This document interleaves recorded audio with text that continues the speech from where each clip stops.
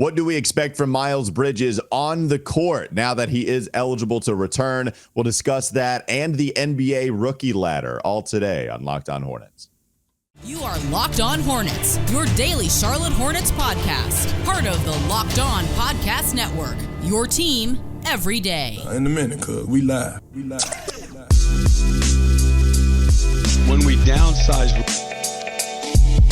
It's Locked On Hornets, part of the Locked On Podcast Network. It's your team every day. Thanks for making us your first listen. We're free and available anywhere you get your podcast, and that includes YouTube. Plus, we want to thank Jace Medical. This episode is brought to you by Jace Medical. When you're purchasing your Jace case, you can empower yourself, providing you with a personal supply of 5 antibiotics that treat 50-plus infections. Get yours today at jacemedical.com. That's J-A-S-E, jacemedical.com. That's Doug Branson. You can find him on his Substack, everyhornetsboxscore.com. I'm Walker Mail. You can listen to me on WFNZ every weekday from 12 to 3 p.m. on Wes and Walker. You're smiling. I'll go to you before we get to the main convo. Why are you smiling? Oh, because, I really admired the Jace case for including all of those medications, but there's still no cure for the sickness that we have. I mean, we're talking Zach LaVine. We're looking for saviors from the Chicago Bulls. The sickness is real, but the hope still remains. Yeah, once Jace Case has an antibiotic for the sickness that is the Hornet sickness, then, buddy, I will be using that code quite a bit. JaceMedical.com, your number one surfer right here. And look, we've talked a lot about the problem with Miles Bridges, him returning. We've discussed a lot of the off-court stuff because of his turning himself in to be arrested for felony domestic violence and not playing a game in over a year now. You're talking about 92 games having come and gone without him having played a single contest. That's a lot. They're going to bring him back. They anticipate his return. We've heard absolutely nothing from the NBA since the alleged violation of the protection order after that arrest. Steve Clifford has talked about Miles Bridges returning, and once he returns, he will play a significant role. So, you know our stance on Miles Bridges, whether he should be playing basketball right now, whether the NBA should be investigating more so, whether the Charlotte Hornets should release a statement. Besides, we will gather more information, no further comment. We've had a lot of that discussion, Doug. They are going to be playing basketball with him on the floor. He is going to be playing a significant role. We know that. Steve Clifford didn't even have to tell us that before. We already knew that. What is Miles Bridges going to bring to this team on the basketball court that allows the Hornets to give us that answer, really, of this is our acquisition, right? Like, this is the guy that is going to be so different, hopefully with the injury luck being on our side, which it really hasn't been this year, but injury luck not going as bad as it was last year, and Miles Bridges. It felt like those were the two things they were going to depend on, and the number 2 pick, Brandon Miller. I should put that in there as well. Miles Bridges being a big part of it. What are we going to see from him? Well, if it's the same Miles Bridges that we saw, in his last season, then you're getting somebody who is a really good and improving ISO scorer. You can throw him the ball and ask him to go get you a bucket, back a guy down into the elbow, turnaround jumper. I mean, he was developing a lot of the same package that we've seen from Gordon Hayward, except you add on to that the high flying, the dunks, the athleticism, the ability for him to catch, a lob on a sidelines out of bounds player or an after timeout play or anything like that. I mean, you can run sets for him to go to the rim and get you a bucket. Defensively, he adds a little bit on the rebounding. I mean, he can guard primary scores. Did have some issues sort of falling asleep on backdoor plays that we were putting a microscope on. His three-point shooting went down in the last season that we saw him. So, but the big problem with trying to evaluate this, Walker, is we haven't seen him in a long time. And what does that mean when a guy misses that much time? And there's this weird, I think, collision between what you hear from his fellow teammates who are all saying, PJ saying, I can't wait for you to see this guy. And you've got Steve Clifford saying, he stayed ready. He looks good. But you also hear all these people talk about like getting into game shape, and there's nothing like playing basketball games. You know, you can't simulate it. You can't get ready to play basketball games on the practice floor. You hear that all the time when guys come back for injury. What if a guy's missed, more than a year of basketball? What does that mean? I don't honestly. I think the answer to the question is a huge question mark. We just don't know what we're going to get out of this guy. I was listening to Doc Rivers, who's been joining Bill Simmons quite a bit since he's not coaching. And it's pretty fascinating, by the way, just to hear the uncandid thoughts, or I should say the candid thoughts from Doc Rivers on James Harden, on everything going on with last year with Philadelphia. One thing he said, though, that we can apply to this situation, it's that I don't care who you are. If you miss over a year, it's going to take you some time to get back to form. Right.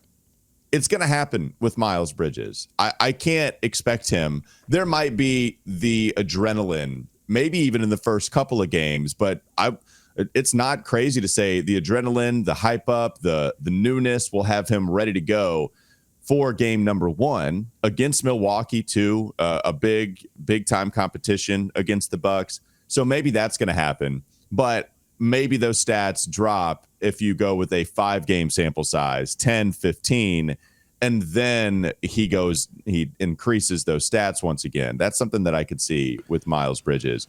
Yeah, I think, with Miles coming back, I think you have somebody that's an absolute force in space. You get him in transition. He and LaMelo have an excellent 2-man game. Mm-hmm. I think those two guys, one thing that could be compromised in other situations, I don't think we'll hear, and that's chemistry. LaMelo and Miles know how to play ball together, even with Steve Clifford as the head coach, even with a couple of new pieces that Miles isn't familiar with. Mark Williams, big deal. Brandon Miller, not as much of a big deal. I think LaMelo and Miles know how to play with one another, as does PJ. PJ can space it. They're both playmaking enough to where they can feed off of each other. And speaking of PJ, Doug, if you wanted to go to the sound, I got to talk to Steve Clifford about the smaller lineup, right? We've seen the opposition go 5 out, and we've questioned, why aren't you going to PJ Washington at the 5? Well, Borrego, when he did it and the lineup and the numbers were good, it was because he had Miles Bridges at the 4. Feels like Steve Clifford feels the same thing. Here's the clip from Steve Clifford about when PJ goes to the 5, at least at the moment before Miles was eligible to play, there was a talent deficiency. When we downsized with PJ at the 5, the talent level on the floor for us is significantly less. And, with all the injuries, with Terry, with Cody, with Frank, all those guys being out, we have to keep enough offense on the floor. They're going to have that with Miles. That's the idea. And I wonder if they go to that a little more so, but we also know Steve Clifford wants to have a winning formula for the postseason. He views that as having a true 5. I think those are the things I expect, Doug, with Miles Bridges returning and how much he'll be able to contribute right away. I think you're going to get a year-long off wall instead of the rookie wall. You're going to get the year-long sit-out/suspension wall, and then maybe he ramps it up from there. And I think for the most part, he'll develop chemistry. That'll still be there with a couple of the guys that are mainstays, and he'll figure out the rest. I think if they go into this game against Milwaukee with the same kind of injury list, then I would expect him to start right away if he's available because they've got no other choice. I mean, you look at the talent level across the board, they would have no other choice but to start him. What will be interesting is to see if what Clifford says in terms of him having an immediate big role on the team, what that equals in terms of minutes, just because of him having to ramp back up after so long. And again, I understand he's been practicing with the team. He was in, of course, you saw it on social media. I mean, even when he wasn't with the team before he signed, I mean, he was, constantly posting stuff about, playing 5-on-5, 3-on-3, whatever, with different guys around the NBA in the off season. So it isn't like he's been sitting around on the couch eating Cheetos, this entire time. I'm sure, physically he is in some kind of shape, but is he in game shape? I think that's something that we'll just have to wait and see on. But he was the leading scorer 2 seasons ago. And so that's what you're getting. And that's what he means there when you're talking about adding an offensive talent. It's somebody that if he's got it going, the defense has to account for him. It's a guy that we saw under Borrego. I mean, teams were throwing doubles to. And, we've talked a lot about the depth on this team. I mean, defenses are just having it easy with the Charlotte Hornets right now. And the Hornets generally have a decent offense. I mean, I think they're like top 10 in points per possession.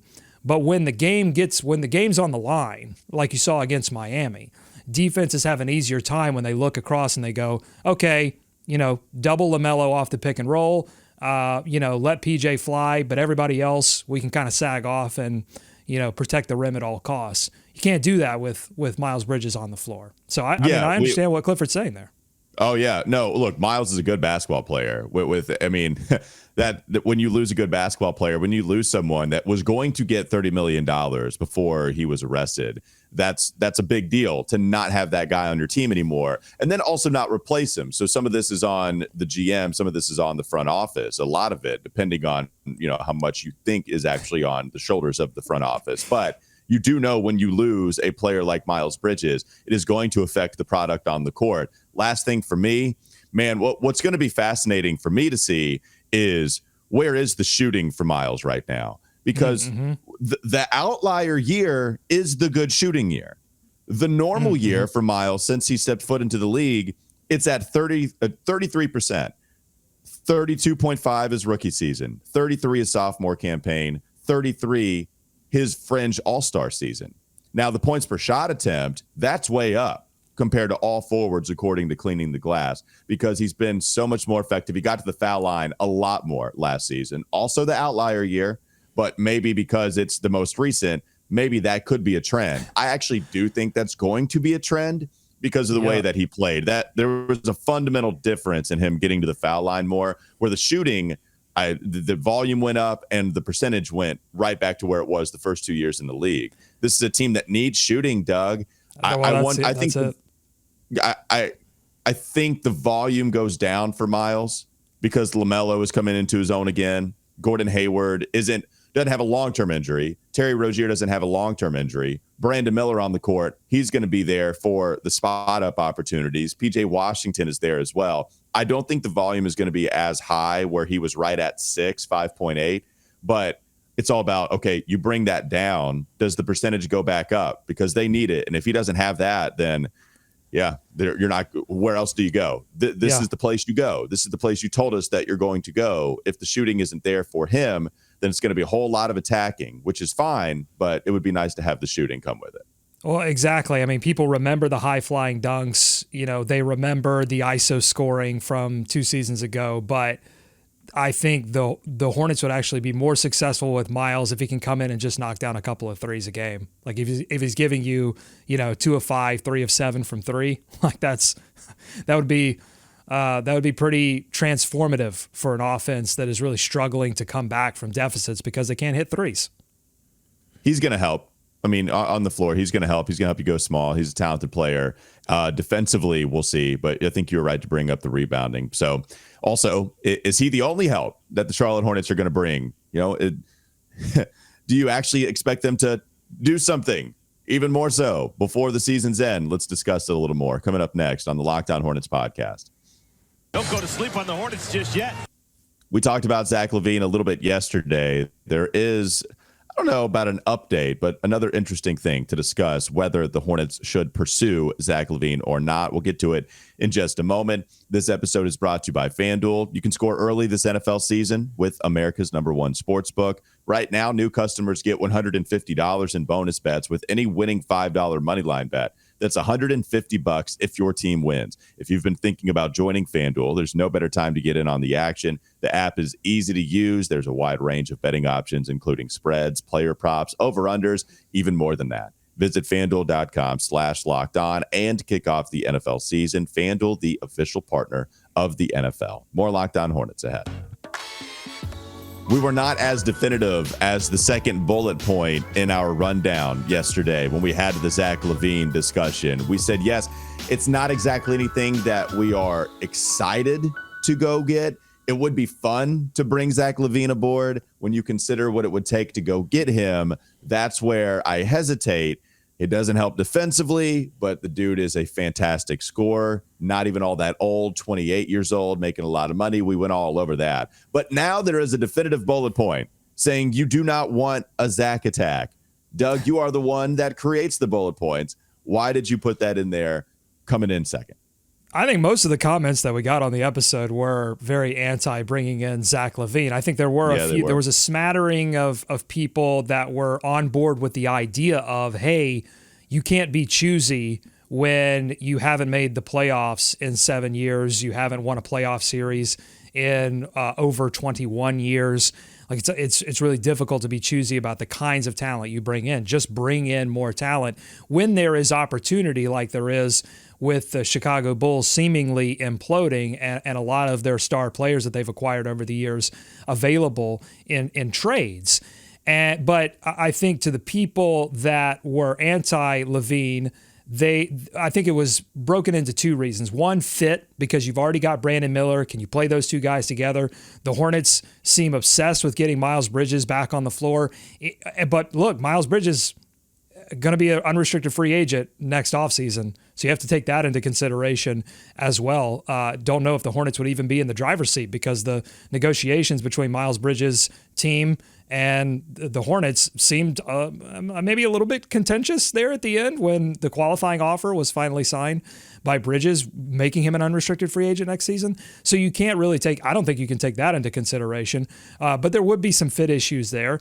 The other side of it would be from guys like one of our favorite sickos, Chris, who wrote in, the only way you get me in on LaVine is a deal where you also get Caruso, likely a Gordon, Terry, and Picks deal. You can't take a deal on that long with a guy who has knee issues and send out a Gobert-type package referencing the number of picks. He also says you offset some of the defensive stuff, bring in Caruso, but you don't overstuff the wrong and negatively impact Brandon Miller's opportunity. And the knee stuff is real, Walker. It's as real as last night when he went to the bench against Orlando and had his left knee wrapped. I mean, there is a history of knee injuries with LaVine, which would have to concern you if you're talking about how many first-round picks you're going to give up to bring in a guy like Zach.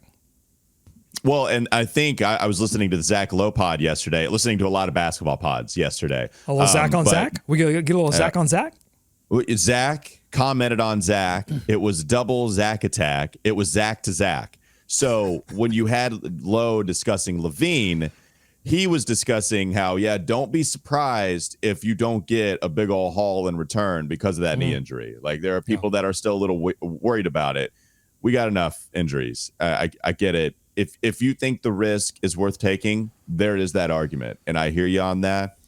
I'm with you though, Doug. The injury risk is just too much for my little heart to take anymore. Like I can't do it with all of what the Charlotte Hornets are experiencing with LaMelo, with this year, Terry, Gordon, Brandon. Thank God they're not long-term injuries, but they're enough to mess your record up in the first 10 games of the season. So if you have another one, that's going to really hurt. I think you and I would be having a different conversation had Brandon Miller not come out and played like he did, to open the season, where you go, wow, okay, this guy is not only showing me what people were telling me he was going to do, including the team, but also, people who were scouting before the draft, but he's also doing a few things that they didn't even expect him to do in terms of, I think, his athleticism, getting up to the rim, things like that. There are a few things where you go, wow, I didn't even expect it. Either that or that to that level, okay? And so there is a lot of promise, and promise can come with a little patience, you could choose to have some patience about it. And so I think the Hornets, seeing what they have in Brandon Miller, a possible superstar wing, I think, they could afford to wait a little bit longer. It's just difficult, I think, for fans who have been waiting a long time to say, hey, pass up this opportunity to bring in talent. And then you look at the rookie ladder, and they're a little short on Brandon Miller right now. They've got Victor Wembanyama 1, Chet Holmgren 2, Asar Thompson 3, Jordan Hawkins 4, Derek Lively 5th, and down at 6th, it's Brandon Miller and the NBA Kia rookie ladder. 6th below Lively, Hawkins, and Thompson. I don't know about that, Walker. I don't know about that. All right, let's discuss it a little bit more. Coming up next on the Locked On Hornets podcast. Don't go to sleep on the Hornets just yet.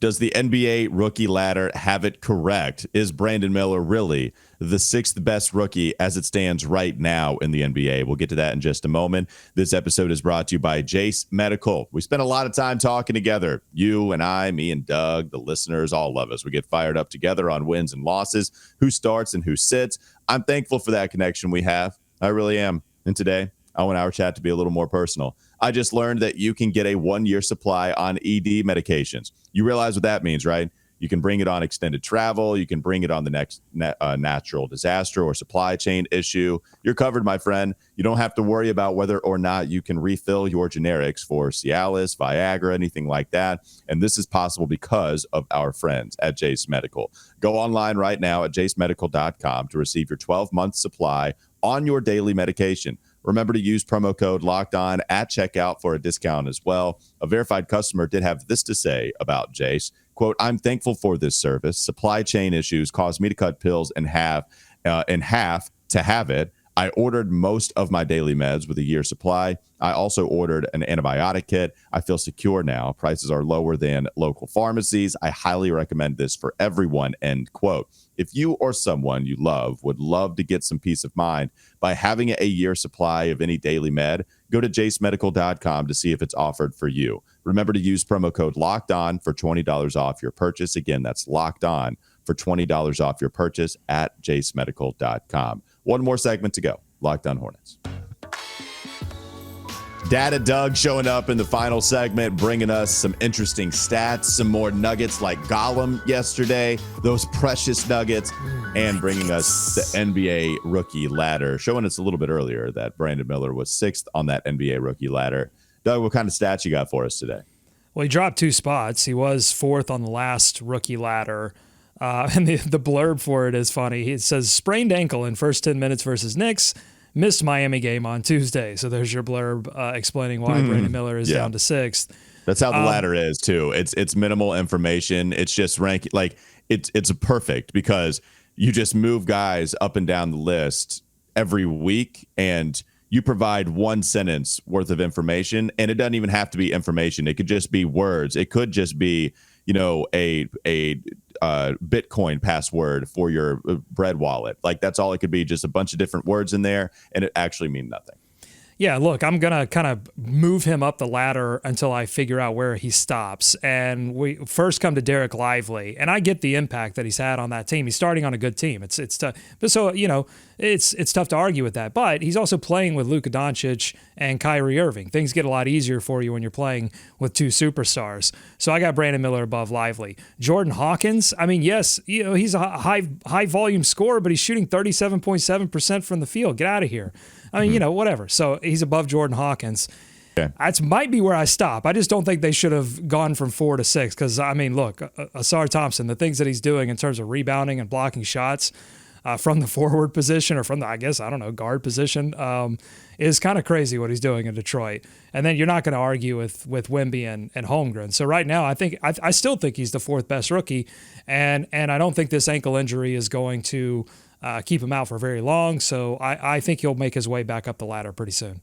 I thought you were going to do that thing where you find an excuse for him to continue to move up and up and up and up, and then even, have him pass Wemby. I thought that might be the thing, but you stopped at 4, which is respectable. Well, Wemby, I think the Spurs are 0-4 this past week. So, win a ball game. Why don't you? Okay. Yeah. All right. Now we're at number 1. It just took a little nudge for Brandon Miller to get up there at number 1. All right. So I'm going to go back to a basketball podcast. How about that? Let's go back to Zach Lowe, who had a quote on Brandon Miller. I think he had Mo Dakhil on, and they were discussing just all of the rookies and what they were able to do so far at the beginning of the season. James Plowright put this quote out there, so thank you to James for making sure this quote is on Twitter. I'll try to shorten this up, but here's what Lowe had to say as they were going through all of the rookies.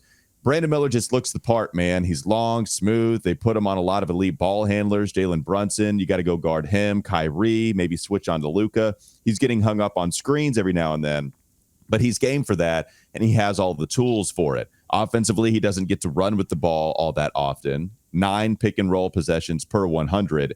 It's LaMelo's show, then Gordon, then somewhere down the line, it's Brandon Miller's show. Typically, that means he's spotting up off the ball, attacking a closeout, and his go-to is a catch, fake, one dribble pull-up. Eventually, they'll turn into more drives and more kicks, but the pull-up looks nice. The shooting is as advertised. Last thing here, I think 13 points per game, 4 rebounds. He's careful with the ball and doesn't turn it over. He's already looking like a solid NBA role player at a position with size and defensive want-to that every good team is going to need. That's the floor 10 games in, end quote. So, yeah, high praise from Zach Lowe. There wasn't the wow factor with Brandon Miller when talking about Asar Thompson, when talking about even a Marcus Sasser. There were a couple of other rookies that they were excited to talk about a little bit more so. Yeah. But they did say Brandon Miller looks like a really good pick. Another thing real quickly, Doug, Zach Lowe said, there's perhaps no team that needs their first round selection to hit more than the Charlotte Hornets need Brandon Miller to hit. Well, in the particular way that they need him to hit. They need him to hit, not in a role player way, not in a guy that's going to spend, 10 to 12 years in the NBA as a starter kind of way. I mean, they need a superstar. They need a player that can dominate the ball. You can throw it to him and win games in the same way that Jimmy Butler won that game against Charlotte. 4-point lead. Hey, let me just throw it to you. You're going to go get us a basket. We know it. Or you're going to get to the line, get easy points, and we're going to win this ball game. Tough night for Miami, but they won the game. And the reason they won the game is because they have a Jimmy Butler. Brandon Miller can turn into that kind of player. It's going to take some time, but probably not as much time as I thought it would take. I think he's getting there quicker than a lot of people thought he would get there. So super exciting. I've got another, I hope people stuck around for the end of this episode because I've got another nugget for you that's going to excite a lot of fans of Brandon Miller and fans of him remaining in the starting lineup. Are you ready for this stat? Yeah, let's hear it. So there are 45 five-man lineups that have played at least 100 possessions so far this year. According to Cleaning the Glass, of those 45 lineups, the Hornets starters with Brandon Miller at the 2 position are 19th in point differential of 45 at plus 2.3. It doesn't sound great, 19, but it's one of only 23 lineups out of those 45 that has a positive point differential, meaning they're scoring more points than they're letting go. And the Hornets starters with Rozier, on the other hand, 37th of 45 with a point differential of minus 18. Dead last on that list, the Chicago Bulls without Alex Caruso. So going who is to a the lot guy of that we want? Yeah, right. Well, it was, LaVine. Now the Bulls starters with Caruso, I think even did a little bit better than that Brandon Miller lineup. But yeah, Caruso very valuable to the Bulls, and a lot of people talking about will they give him up? And so and Chris I think was pining for the Hornets to go after Caruso. So there's a little bit more evidence there. But look, I mean, if you're kind of looking at the numbers, if you're Steve Clifford and you're kind of evaluating things, Brandon Miller is making it more difficult each and every game that he plays to leave him on the bench. He absolutely is. Let's go to a Steve Clifford, Brandon Miller comment just to end the show real quickly. I asked him about just Brandon Miller attacking because right now, Zach's right. The go-to move for Brandon is, wait for a defender to get by him, shot fake at the 3-point line, take a dribble in, and pull up from the mid-range. If he's scoring at the rim, more often than not, it's a free lane to get there, which is great. He's recognizing the free lane to take it, or he's going on cuts. But I asked him about driving, and here's what Steve Clifford had to say about Brandon Miller attacking the basket more as his career goes on. I think that going to the basket thing is, like a lot of guys in college, a lot of times they're taught in college more to play off 2 feet, which in this league doesn't work as well because it's slower. So I think as he gets more comfortable making that decision, if there's a seam go off 1, he's so explosive versus gathering and playing off 2 where, with the size in our league, those a lot of times are blocked shots. Okay. 2 feet, 1 feet. It's a thing, man. Steve Clifford brings it up here. It's not the answer I expected, but here he is bringing it up where Brandon Miller going off 1. It's a little more dangerous because you don't have as much balance. And I think that's why they teach it. They teach that in high school too. Go off 2 feet. They teach it in college. Go off 2 feet. it's too quick, man. People react too quickly defensively. They're too long. And so now that's what I'm saying. Then you play Victor Wembanyama and you got to toss out whatever your high school coach said, whatever your college coach said. Now all of a sudden you're 1v1 with an alien, with something, with a life form that doesn't even calculate, doesn't even make sense to your brain. And you've got to change the way you play. I mean, that is the evolution. It's what the NBA game is, just completely different. And that especially goes for, offensive players going up against NBA level defenses. As much as people love the cliche of the NBA doesn't play defense, playing against an NBA defense with that kind of length and shot blocking ability is just, in a different universe than it is in college. Which is fine right now for Brandon, by the way. It's perfect. Settle in the mid range. You're knocking him down. Settle in the mid range, and then that allows. It's almost like the quarterback that can run really well, staying on the field. So you use that to his ability. You use that a lot. You allow him to run the football constantly, so you can buy time for him to be able to learn how to pass from the pocket. And instead of just taking him to the sideline because he's not throwing really well from the pocket, it's like Brandon Miller going out there, even if he's not getting to the rim a ton. And he actually is sometimes. It's not like it's not existent, but he's settling for that mid-range a lot. It buys him time. And I think that's perfect. And so we'll see how that skill set develops as his career goes on. That'll do it. Go ahead. You got one other point. Just that if he continues to knock down more 3-point shots, I mean, I love the mid-range stuff. It's fun. And it will turn him into a super wing, because you see all the great wings right now, they've got mid-range games. So they're 3-level scores. They can score inside, they can score mid-range, they can score 3-point shots. But I'd love to see Brandon Miller in more opportunities to take threes and make them, because it forces defenses to be more honest with him, and then he can use shot fake to not only get to the mid-range, but get all the way to the rim. All right, that'll do it for Locked On Hornets. Appreciate you making us your first listen. We're free and available anywhere you get your podcast. As always, that includes YouTube. We don't have a game tonight. We do have our next game tomorrow. So we'll be back with you to preview that Charlotte Hornets game against the Milwaukee Bucks, another in-season tournament contest. Can the Hornets go 2-1 in the in-season tournament? Have a great rest of your day.